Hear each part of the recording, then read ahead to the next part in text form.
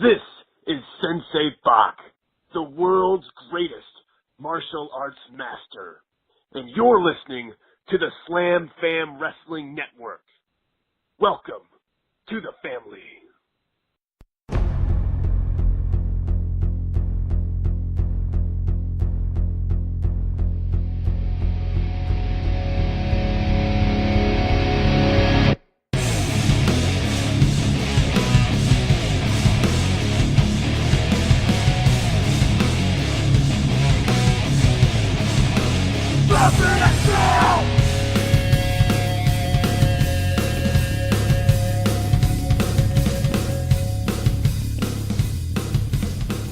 Hey cellmates, and welcome to episode 21 of Bells in a Cell. And this one is a little bit special. I'm not here with my podcast waifu, Kat Carter. I'm actually here with the woman that is, let's say, closer to me than Kat. We've mentioned before on the podcast we are very dedicated to delving into the reasons that women joined the wrestling community and started watching it or partaking in it. And so today I am doing a kind of interview, kind of chilling out, just talking with my mother, Mary Jo. Mom, how are you doing today? I'm good. So, and I can't remember if we've read your story on the podcast yet. We got a ton of them. There's still a lot to go through, and yes, we are still reading them. But if I remember correctly, you started in your college years, correct? Yeah, that's when I'd seen some stuff before that. I graduated from high school in '86, and of course WWF was just beginning to be a thing at that point in time. And I'd gone to a couple of friends' houses who had brothers who watched it, and so I would kind of casually catch it on the TV and thought, yeah, it looks kind of fun. I'm a theater nerd from way back in the day, and so I immediately saw the over-the-top campy acting as something fun to watch. And it was really my freshman year in college in 1986, hanging out in the dorm lobby one Saturday night, not much to do. Girl in my dorm comes running out, says, it's almost time, turns the TV on, and we're watching a Saturday night wrestling event. And I was just kind of hooked from that moment on, and it kind of became this lobby takeover thing every Saturday night. There'd be usually a core of about 8 or 9 of us that were there every Saturday, and then anywhere between a total of 15 or 20 of us, depending on who was in town, who didn't have dates, who wasn't working, that would sit and watch. But there were about 8 or 9 of us that were there pretty much every Saturday night. And this is all WWF, correct? You didn't do much with NWA or... Yeah, it was hard to get access to it back then because our dorm did not have cable. I mean, cable was still pretty new in 1986, and our dorm, colleges weren't paying for it as a standard, feature in your student living experience. So it was pretty much whatever you could get on an antenna, like local networks, was pretty much what you had. So NWA wasn't really mainstream media at that point in time, much for us accessible. So, we couldn't even do the pay-per-view events. We didn't have even that much access to cable. So, yeah, it was pretty much WWF for us only because that's what we had the easiest access to. Thinking back, I know it's been a while, and we were actually watching just last night, WrestleMania 3. Oh, my God, yeah. Now, you didn't get to see that, but I didn't get to see that live. I saw clips of it in future Saturday night wrestling shows. But while we were watching it, you were talking about, I remember, and that was the thing, so what, for you, are some of your biggest memories, some of your favorite moments? Oh, God. For me, it was more the wrestlers I love to watch come into the ring. Like I said, I'm a theater person. I'm a theater nerd. Been doing musical theater since I was, 6. And so I love good character. I love believable, memorable character. I even love over-the-top, campy, comedic character acting, which is what a lot of wrestling was in the late 80s, early 90s. So obviously I was a big Hulk fan. Huge Hulk fan. Loved Jake the Snake. I had this weird thing for The Undertaker when he became a big deal. I lived for that whole Randy Savage, Hulk Hogan rivalry, the hatred that became a love bromance kind of thing. So that was probably one of the storylines I followed the most carefully. Other than that, it was just specific wrestlers I like to see take the ring. Now, I know you had when we were watching it yesterday, you mentioned something about your feelings on Jake the Snake's snake. I love the snake. I love seeing it come out. It was so funny because I'm not phobic about the snake, and I thought I've always been intrigued by them. I think they're cool animals. I've gotten to hold a few really large ones. So I lived for that moment at the end of his matches when the snake would come out. I don't know why. Like, seeing him in the ring, I knew it meant I got to see the snake at the end of it. So that was always a big thing for me. I think you also mentioned something about seeing the bag move. Oh, it was always a little creepy. Like, the first time, I vividly remember the first time I ever saw him in the ring, he had this bag, and I was like, what the heck? And then the bag started moving, and I was like, oh, crap, there's something alive in there. That was the first time it dawned on me that Jake the Snake might be more than just a name. Awesome. Now, we also found out, and it was very, what's the word I want to use here? Serendipitous, that we were watching WrestleMania 3, because we are currently recording this, and I have no idea how long this will be, if it'll be a big thing, if it'll be something we tag on to the end of something else, I don't know.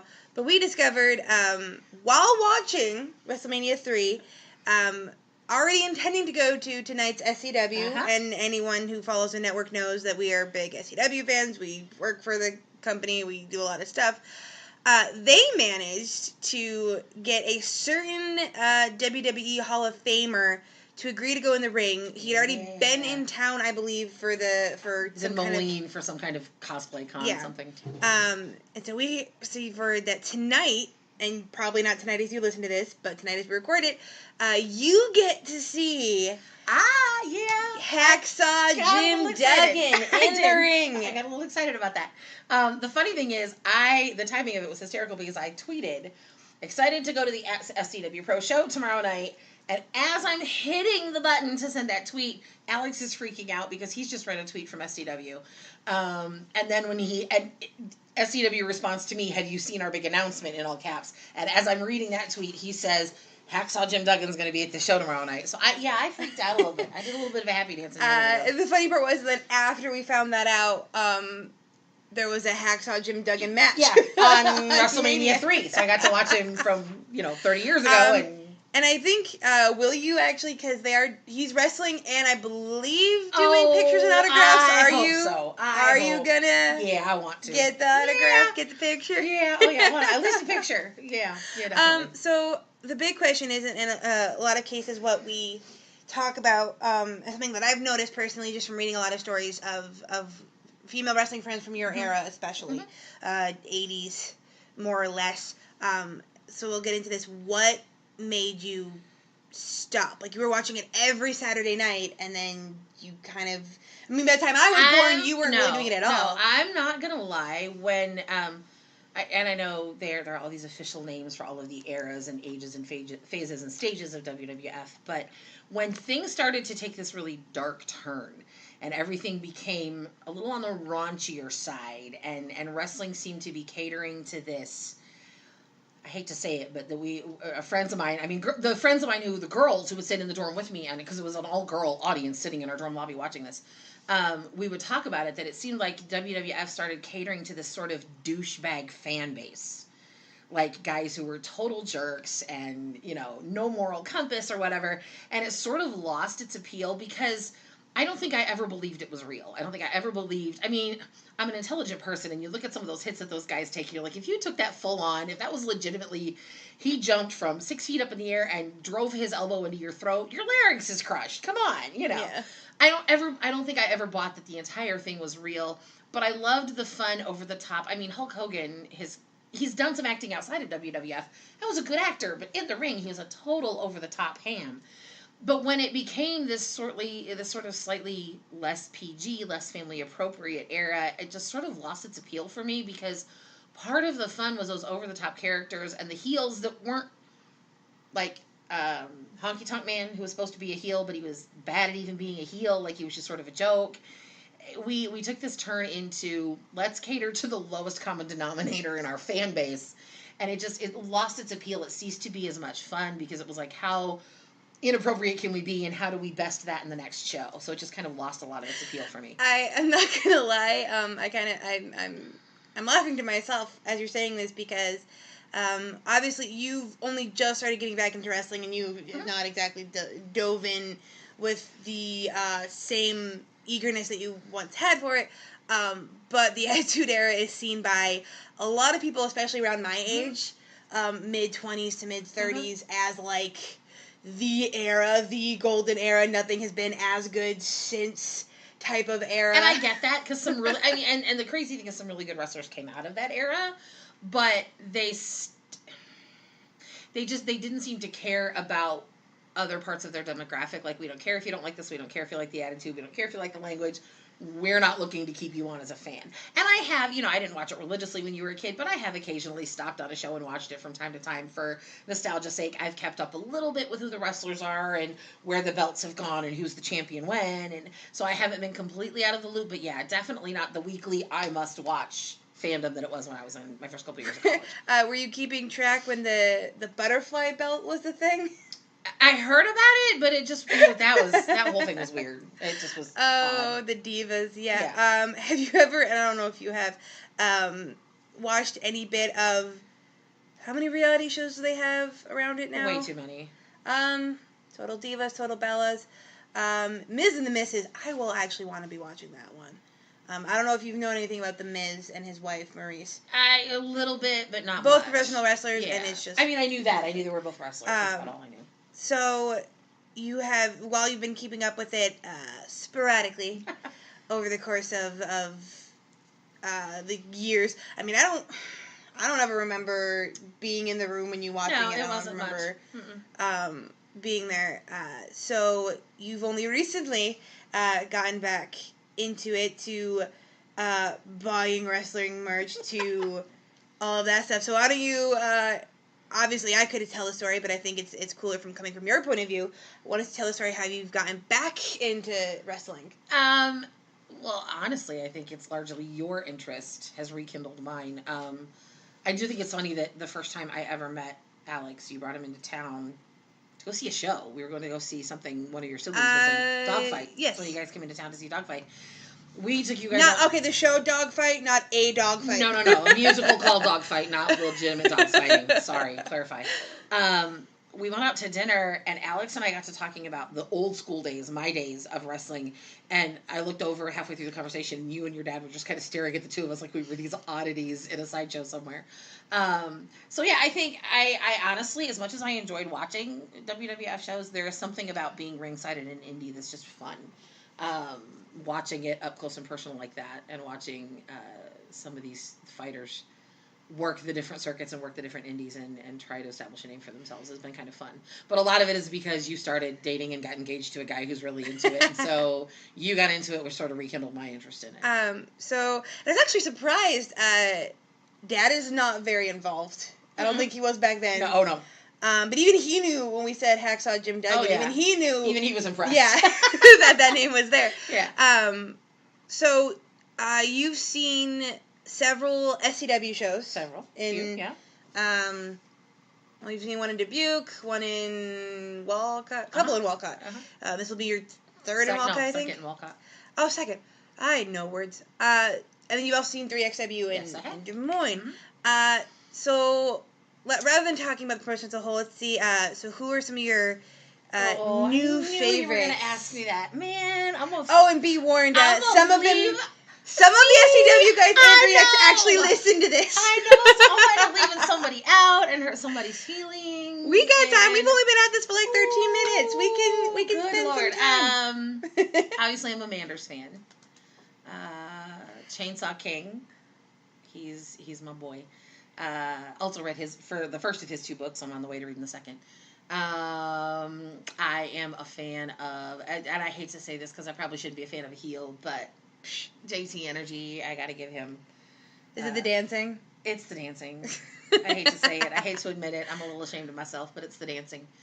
I also enjoyed watching Travis Titan in the ring. But let's be honest. There's a home state connection there. He grew up like 15 minutes from where I grew up. Part of your love of that is that you're both from. He's a home state boy. I do like, it's fun to watch Draper in the ring and Maverick and who else? Oh my Lord, who am I forgetting? Help me out here. Dad is whispering from the other room. He's whispering things at me. Mason Beck. I don't care. I've always been sort of a girl that roots for the heroes, but there's always those one or two heels that steal my heart. And the first time Mason Beck walked, I had a thing for The Undertaker back in the day. And the first time Mason Beck walked into the ring at the very first SCW Pro show I was at, I had flashbacks to The Undertaker. And so I've sort of been a fan of his pretty much from before he actually ever did anything at the show I was at, just because maybe it was a nostalgia trigger. I don't know. He might have. Did he first cut a promo instead of doing anything at the show you were at? I can't remember. No, he was at the show. He actually. No, but I mean, did he like originally when he first came out? Was he actually going right into a match, or was he cutting a promo first? Because he's the champion, and that comes with promos. That might have been a promo first before I actually saw him fight. Could have been. But see, here's the problem because the show we're going tonight, and now I'd like to point out that Mom and Dad, Mom especially, my parents have turned into smart marks because the thing with indie wrestling over WWE is so from where you live to Davenport. Now it's not the big deal with Des Moines, but from where you live to Davenport, it's a 3.5 hour drive. Mm-hmm. And they did this drive, and I'm not joking here. Yes, it's fun to see family, but they came out here for the show. Specifically for the show. Because of Mason Beck and Chainsaw King. Yes, because of a Mason Beck Chainsaw King match. No, it's because the first time those two fought, I didn't know it was happening. No one did. And I know nobody did, but I wasn't at that show. You guys were, I think, was that when you were streaming live? No, that wasn't when you streamed live. No, that was a different show. I texted you when they told me it was happening. You texted me, oh my God. And I was like, are you kidding me? I'm not there. So we were actually at a 3XW show. When you told me that they were having a rematch this weekend, I looked at my husband and said, when's your next Saturday off? Can we go? Can we make this happen? And it turned out that his Saturday off happened to be this weekend. So yeah, we're here strictly because I have to see that rematch. And then then you were also mentioning last night that you were really glad you could make it work because if you hadn't been able to and you'd found out. Oh, not have found out Hacksaw Jim Duggan had been here. Oh, I would have been one testy female. Oh, I would have been one upset child. Missing the Chainsaw King Mason Beck rematch and missing Hacksaw Jim Duggan, yeah, I'd have been peeved. And you've actually, going back to the Smart Mark thing, you actually have been buying merch. Did you ever buy anything in the... I had one Hulk Hogan t-shirt that a friend of mine bought. One for herself and bought one for me as a birthday gift or something, and I had it, but it was one of those things where it ended up in the wrong little laundry and got bleach on it or something, so it got ruined. I didn't have it for very long, but I did own one piece of Hulk Hogan merch for. And how many pieces of wrestling merch do you own now?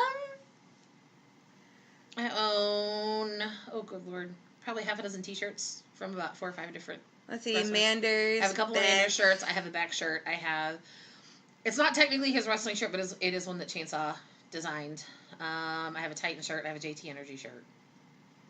Which is very good. I always encourage people to buy merch from... Oh, because it's part of their income. Well, indie wrestlers over anything else. So, the other thing we have to talk about, because Alex will get angry if you don't. Oh. So, your future son-in-law, yes. Who will become your son-in-law in less than like a month, yeah. 3 weeks from today, you have actually gotten to seeing him work as a heel manager in 3X. So what was that like, seeing him come out, seeing your future son-in-law? That's heel managers. I don't know how you would be a babyface manager and make it fun. I just don't.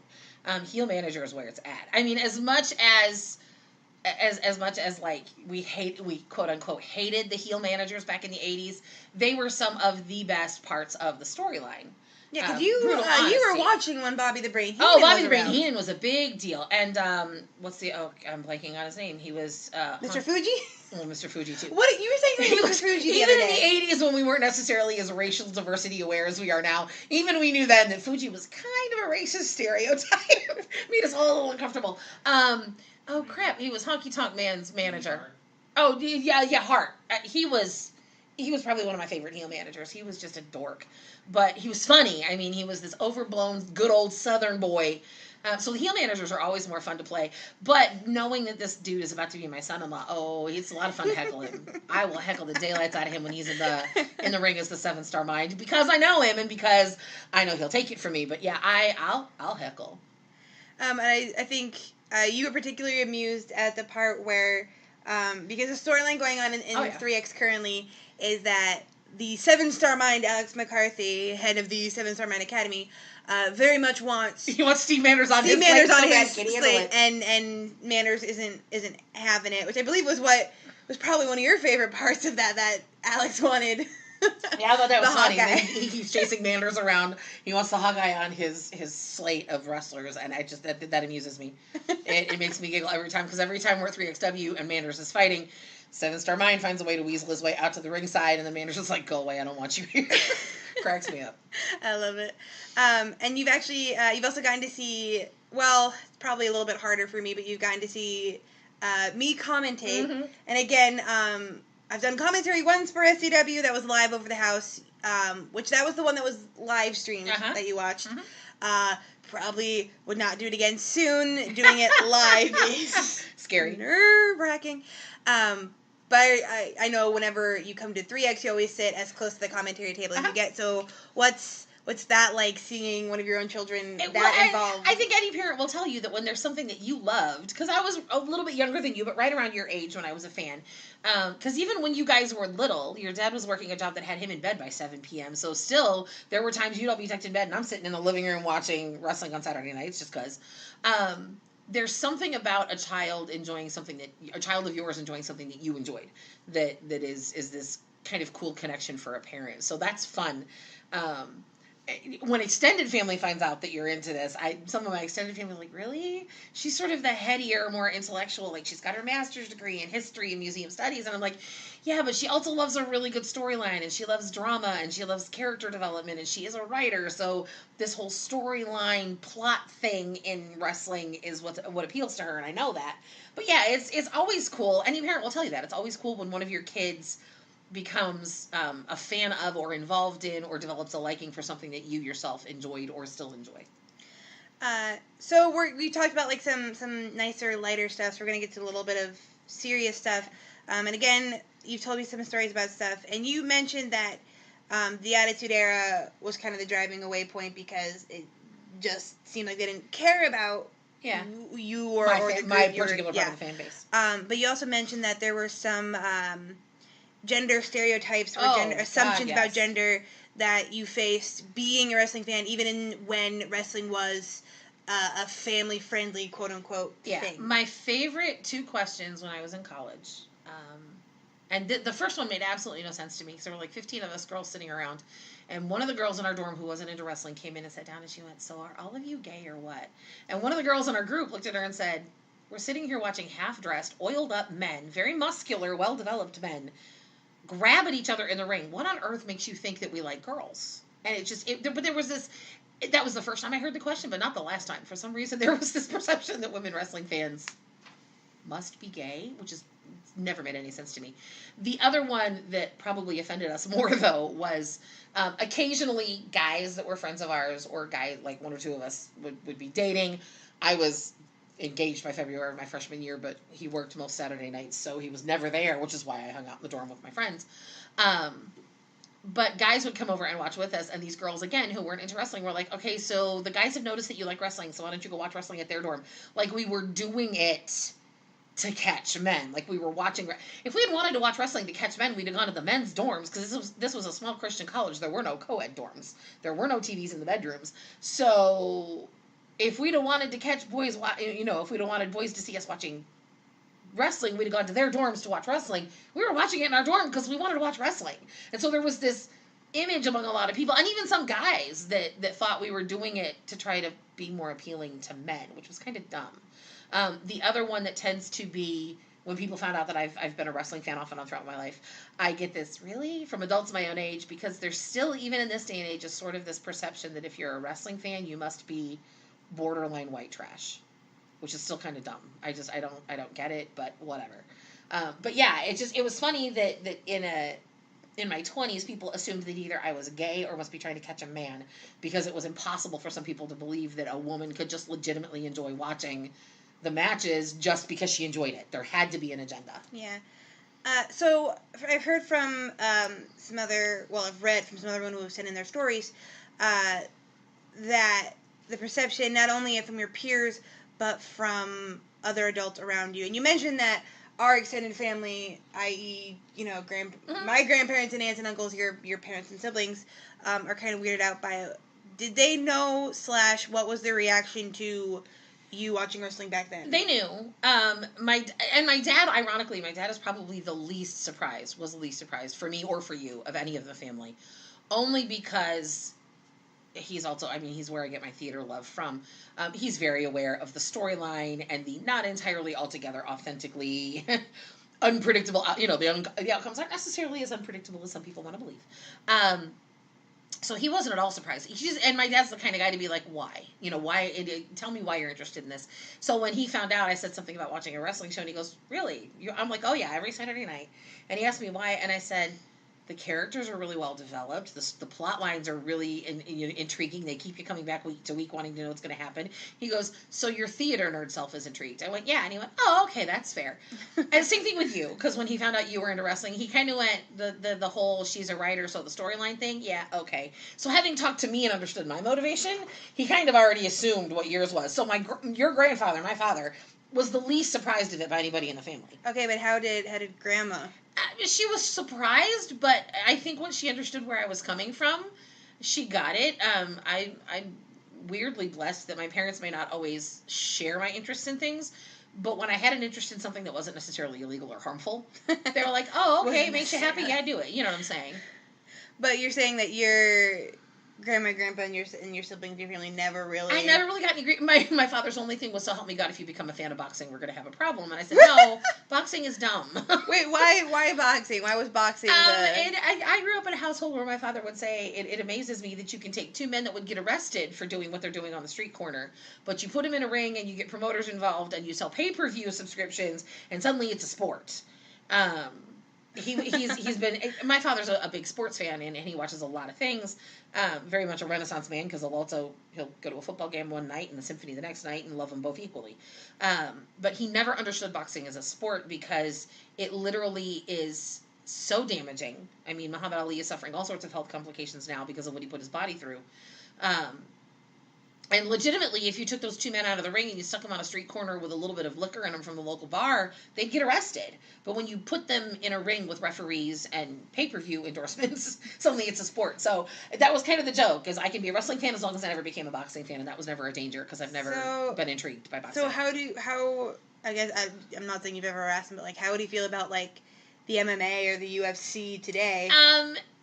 The one thing that he will concede with those is that since it's more bare-knuckle fighting than the protection of gloves, his comment to me, rather surprisingly, was, at least with MMA and UFC and things like that, you feel more of the damage that you're doing to the other person. Because the thing with boxing gloves was, you could deliver your hardest punch, and your hand's not going to pay the price, because boxing gloves, you know what I'm saying? Mm-hmm. So you don't necessarily realize the damage you're doing to the other fighter, whereas in UFC and MMA, it's your bare feet, it's your bare fists. So you hit a guy hard, you're going to pay a price too. So in his mind, you may not try to beat him into quite as bloody a pulp at the end of it because your body has to pay the price as well. So going back, I didn't really put together an outline. Yeah, we're rabbit trailing. This. We're just kind of going all over. Do you remember like what? Because you said you watched it occasionally after the kids were asleep and all that.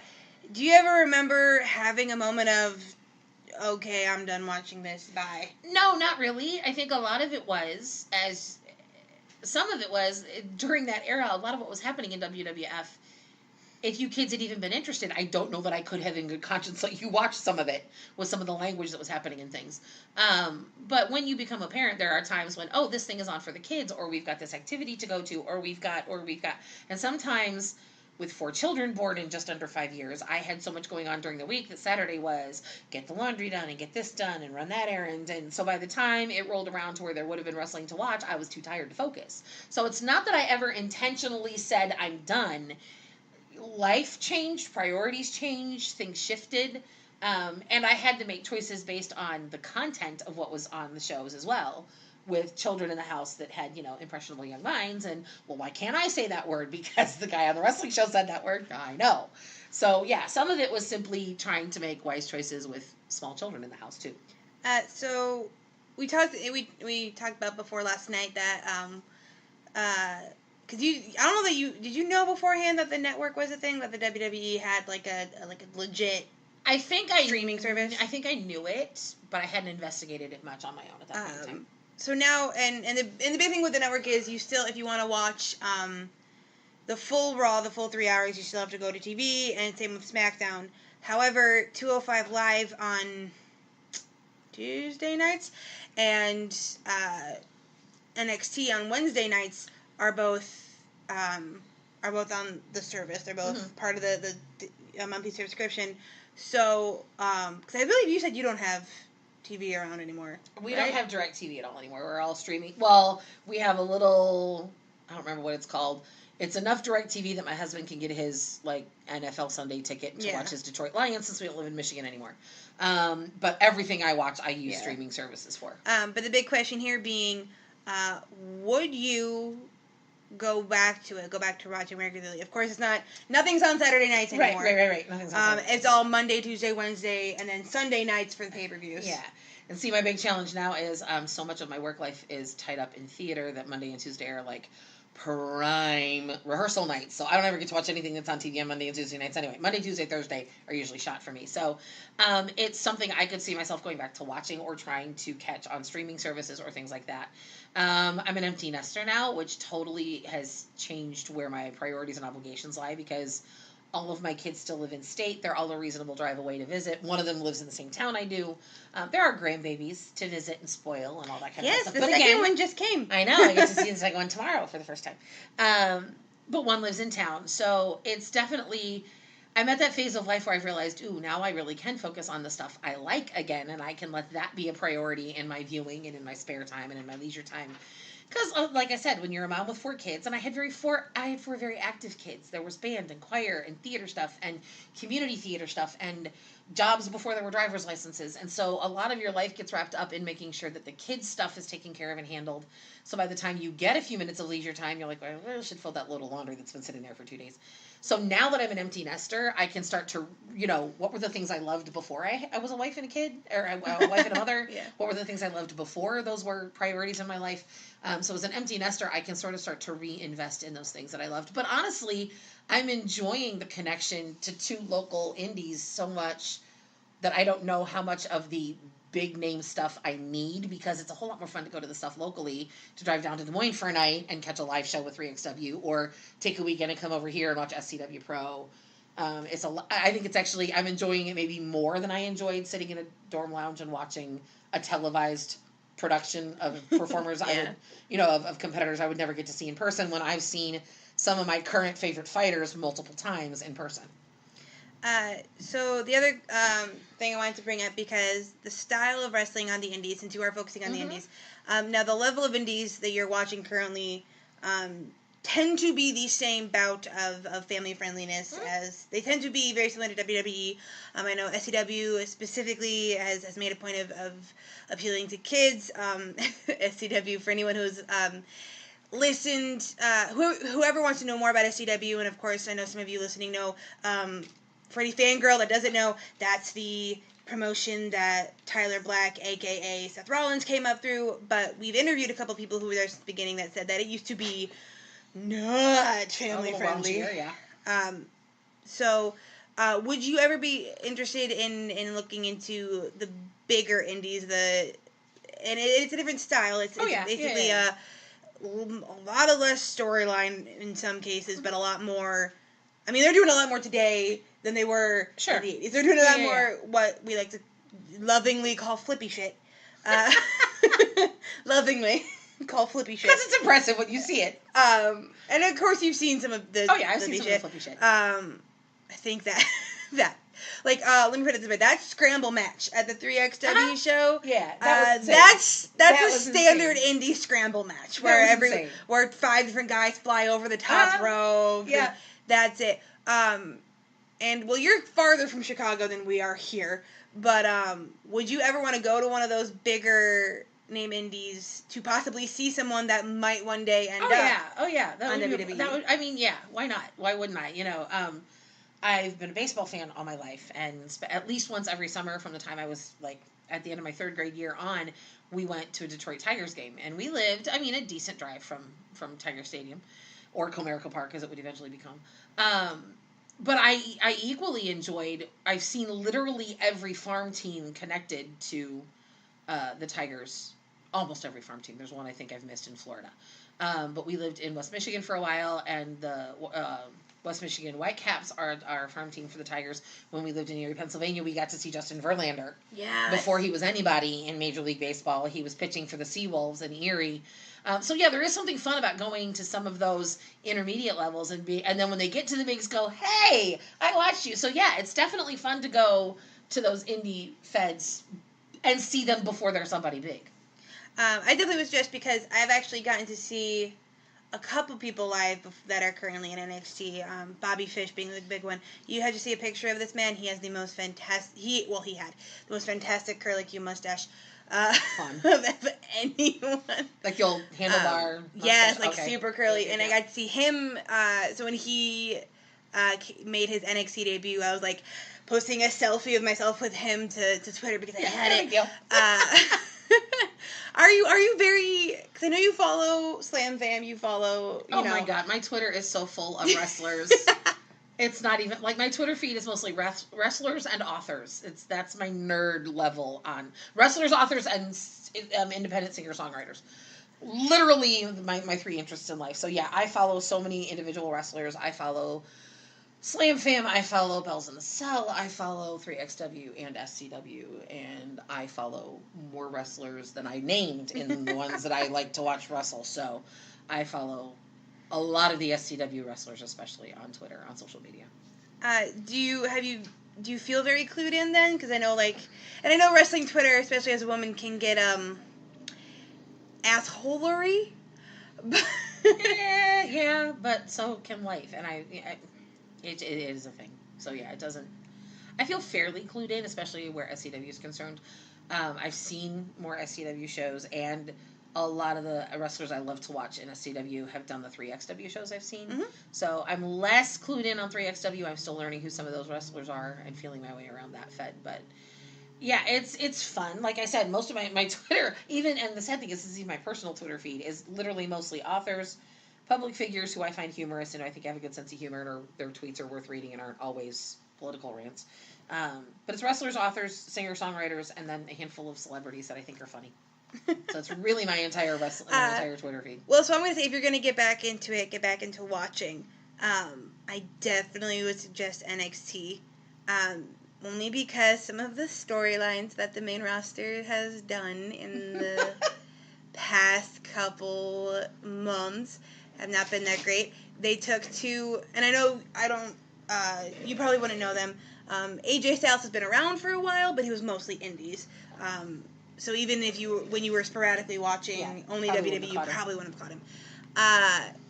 He and one of the best wrestlers out of Japan, and I don't know what your thoughts were on Japan. I know it was still major back then, but Japanese wrestling has become a huge thing. It was a thing, and we knew it was a thing, but again, you're talking about a group of girls that had access to ABC, CBS, NBC. Like, Fox wasn't even a thing yet. Fox Network did not, and I'm not even talking like the Fox News Network, I'm talking like the TV network that brought us like Married with Children and things like that. It didn't exist when we first started watching wrestling. So I don't think, I guess we kind of knew it was a thing, but it really wasn't getting a lot of airtime in the U.S. at that point. Not among mainstream wrestling fans as much as the more niche crowd would have found. Well, yeah, I've talked to some people back in the day of people who were Japanese wrestling fans, and apparently it was like a tape trading thing. Literally, like you had to find people to trade videotapes with because it just wasn't available here. But so they currently have, and I will sing how stupid this is till the end of time. They've taken one of the most prominent indie American workers, AJ Styles, who was the one that everyone was clamoring for him to get called up for literal years before he finally appeared on the Royal Rumble without any warning. And then Shinsuke Nakamura, who was the same level from Japan, they currently have had an entire feud all about how they keep hitting each other in the dick.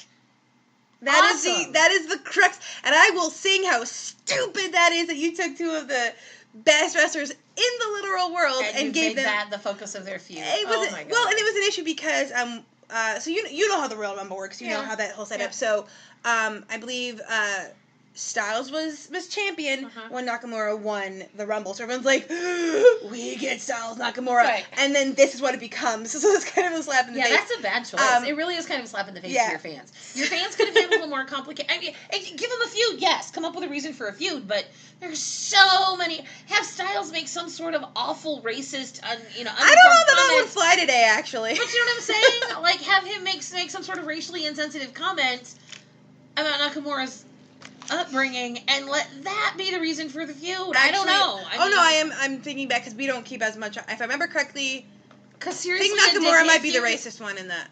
Well, okay, fine. Let him be the one who's racist. Whatever. There are so many better ways to generate a feud than making it a 12-year-old. He punched me in the balls, man. Come on. Uppercut, yeah. I don't care. It's still like that's the kind of stuff middle school boys whine about. Well, the other big thing is because we were telling you last night. Is that if you're going to get back into it, you need to watch NXT. Oh, yeah. NXT has those storylines. Oh, yeah. I'm a big fan. The other thing that's been changing, and thing you might want to watch, because you knew who Mae Young was, right? Oh, yeah. Well, yeah, because I remember the show we watched last night, Fabulous Moolah, was Harley Race's valet. And I had a hard time not growling when she walked out. No, we never liked her. Nobody ever liked her. Nobody ever liked Fabulous Moolah at all. Good to know, because... her real life kind of a reason. But women's wrestling, of course, has come a long way. Do you remember? Because all of the big female feuds I can name are all like later than the 80s. Yeah, there really wasn't much. Do you remember any female feuds that like came to mind? Not really. They didn't get. I mean, they just didn't get the airtime. They didn't get the attention. WWF would occasionally have one of them show up as a manager for one of the wrestlers or something stupid like that. I love what's happening now with women in wrestling. Say what you want about Ronda Rousey, but she's made the transition from MMA to wrestling doable for women, I think. A 3XW show I went to last, there were a couple of female matches that were, watching Marty Bell. Gotta see Marty Bell. Marty Bell in the ring was an absolute treat. That girl brought it, and she was, who was her opponent again, remind me? Brooke Valentine. Yeah, their fight was fun. That was just and you also said that you appreciated, also on that show, Lucy Mendez. See, I could watch her wrestle again 1,000 times over. She has so much... And again, I know a lot of it's the storyline and the character, but she oozes evil queen character all over the place in that ring. She's a lot of fun to watch. Yeah. And I love that we're seeing women given legit shots at big matches and the big time exposure that they just weren't getting when I was. I mean, the women in WWF were Miss Elizabeth, Moolah, and the Federettes, which I'm so glad those didn't stick around for long, because that was a joke. Seriously, ring girls in the 80s, that was still going to be a thing. We didn't see women, they were supposed to stand off to the side and look cute, or be evil bitches. Moolah being the example. Fabulous Sherry was probably also in that camp. Yeah, Sherry was another one that was just like, you love to hate her. Everybody loved Miss Elizabeth, because she was the bright spot in Savage's world, But yeah, that was the extent of the women in WWF. It was this smattering of pretty faces in pretty dresses, and that was it. So I love the fact that women's wrestling is finally getting a legit shot at being a part of the whole wrestling fandom. Well, I bring that up because the other thing you might want to watch is, I know they recently announced some kind of like plans to start. They released the taping date for the second Mae Young Classic. Cool. The second awesome. all women's, and I loved the first one. They had. Yeah, you ranted about that for a while. Oh, raved about that for a while. Was because they had all of these different, from like every corner of the world. From they had Chinese wrestlers. You don't usually see a lot of Chinese wrestlers. And they also went back to some of the old school, like the girls that were a part of Glow back when it was a thing. They had at least a few like around. Granted, they probably couldn't have done much because they got to be getting up there in years. Yeah. But no, they had. Well, I think they weren't in ring. It was mostly the active roster. I know they did bring back and it was probably weren't watching at the time of the Straight Edge Society. No, but I knew of that evil pseudo religious led by a guy with the Messiah complex. The woman who was known for being the woman that shaved her head for that came back. had a decent showing. I'm really sad she didn't make it that far. Like, I really thought, oh, like, the WWE here's the legend thing is gonna make it through. Here's the thing I will say. Having been a back when it was still the WWF, having been a WWF fan and fading from the regular weekly watching, I never really, and this will probably surprise even my husband, I never really stopped paying attention. But it became more of a news bite, listening to what my friends were saying, watching, you know what I'm saying? Yeah. As social media became a thing and I could do digging. I've always kept up on what was going on and where the storylines were and things. I may not have always been able to watch it, but I've never completely turned my back on it and walked away, so to speak. I remember you said, because you said you keep up with it kind of, you said that you have an old friend from college that, like, legit just recently did, like, a WrestleMania weekend, like the, like, you know, Friday to Sunday stint. And you talked to her when when we talked about doing this. So what did she had to say about it? Was there any message that she was really? Angela was awesome. Angela, she was the one. She was that girl the very first Saturday that ran in and went, "It's almost time," and turned on the TV. The funny thing is, and again, remember I told you the stereotypes. Angela was this girl who was always done to the nines. Everybody associates big hair with the 80s. Big hair was really more of a late 80s, early 90s things, and Angela could wear her big hair with pride in the 90s. She was a girly girl. She dressed to the nines, hair and makeup always flawlessly done, and she would sit there and scream and yell like the best of them at wrestling matches. She said this when I told her about this. She thought it was kind of cute that I had a daughter who'd gotten into it. She got married very late in life, and is not planning on it. I mean, late in life as in like late 40s. Does not have any kids. Her husband doesn't have any from his previous marriage. But she loves the fact that one of my offspring is into wrestling. She loves the idea of an all-girl podcast, too. She thought that was pretty awesome. And we talked about women in wrestling and the fact that even now it still seems like there's an underrepresentation that of a lot of the sport fandoms. We've been around a long time as fans. We just haven't been represented in the ring and in the broadcast booth much, which, to be fair, you look at most sports, you don't see a lot of women in the broadcast booth. If women are doing interviews at a football game, they're down on the field talking to guys on the sideline. The ones doing the majority of the talking are men. So she was especially excited about the idea of, she may have found you, I don't know, she may listen to this eventually, I don't know. She loved the idea of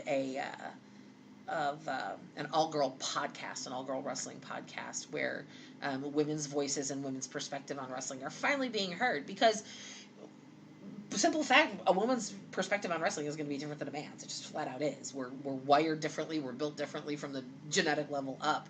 So the way I watch wrestling is different than the way the men in the room are going to watch wrestling, and that's okay. It's two totally different but valid perspectives. So she was excited. We talked a little bit about people like Marty Bell and things like that. I told her I'd gotten to see Marty in person, and she was a little bit jealous.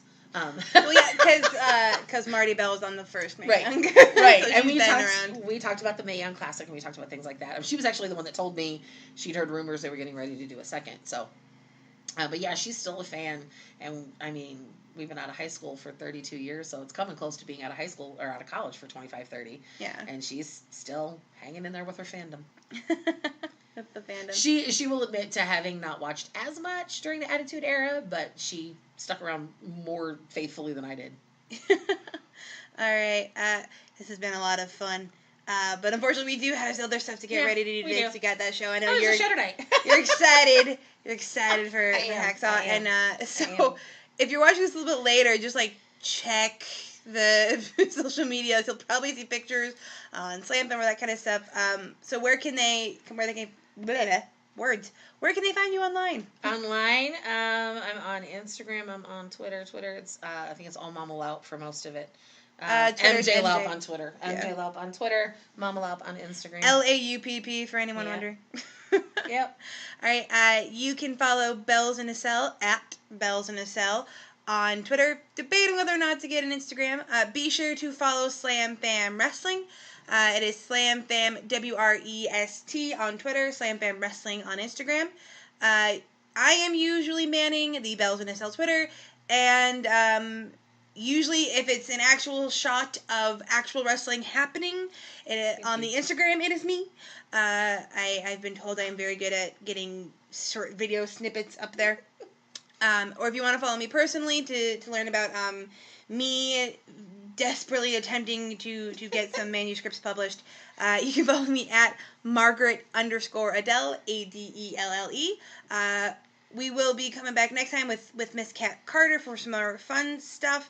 Again, if you have a wrestling story that you have not sent to us, please DM me. My DMs are open on Twitter. We want to read all of them. Also, if you have possible fan fiction, we are going to continue reading those because Kat doesn't care what makes her boyfriend uncomfortable. So thank you so much for tuning in, and we will talk to you next time. Bye.